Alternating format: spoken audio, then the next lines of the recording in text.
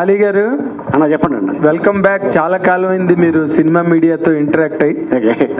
And ఈ మధ్య చాలా సార్లు వచ్చాను. అదేలేండి, కాకపోతే ఇప్పుడు ఏదో ఇందాక డిస్నీకి మనం డబ్బింగ్ చెప్పడం అన్నది మా అదృష్టం అని మీరు ఏదో చెప్తున్నారు, కానీ డిస్నీ అదృష్టం. ఎందుకంటే వాళ్ళు చేసిన పని మాసెస్ లోకి వెళ్ళాలంటే మీ వాయిస్లు ఉంటేనే వెళ్తాయి, లేకపోతే సింహాలు పులులతో వెళ్లే పని కాదు అది.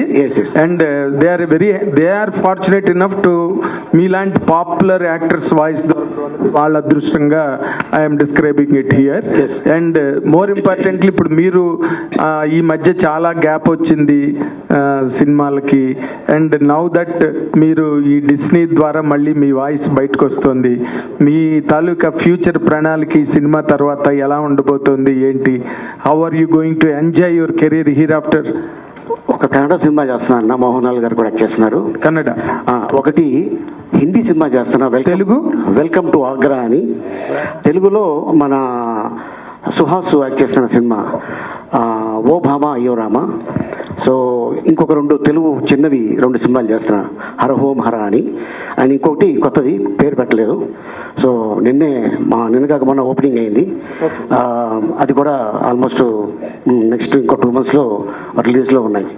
అంటే నార్మల్గా మీరు ఎప్పుడు కూడా ఏ పెద్ద హీరో అయినా కూడా ఆలీ లేకుండా పక్కన ఆ హీరో పక్కన ఆలీ లేకుండా ఎప్పుడు ఏ సినిమా రాలా.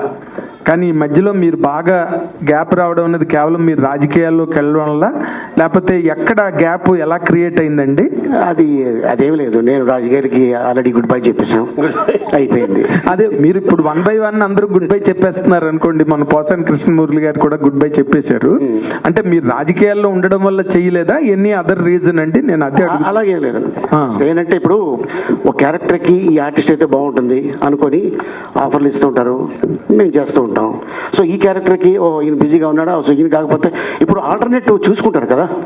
ఆల్టర్నేటివ్ ఆలీకి ఆల్టర్నేటివ్ ఉందండి, మేబీ ఉండొచ్చు. ఆలీ గారు సార్, తెలుగు తెర మిమ్మల్ని చాలా మిస్ అవుతుంది. పవన్ కళ్యాణ్ గారితో ఎప్పుడు ఉంటుంది మీ సినిమా? చూడాలని ఉంది మాకు. నేను చెప్పాను కదా, నేను చేయడానికి రెడీ, రావాలి అవకాశం. అండ్ ఈ మధ్యన నాకు ఒక డైరెక్టర్ కనిపించి త్వరలో మనం కలుస్తున్నాం అని ఆయన చెప్పడం జరిగింది. సత్య గారు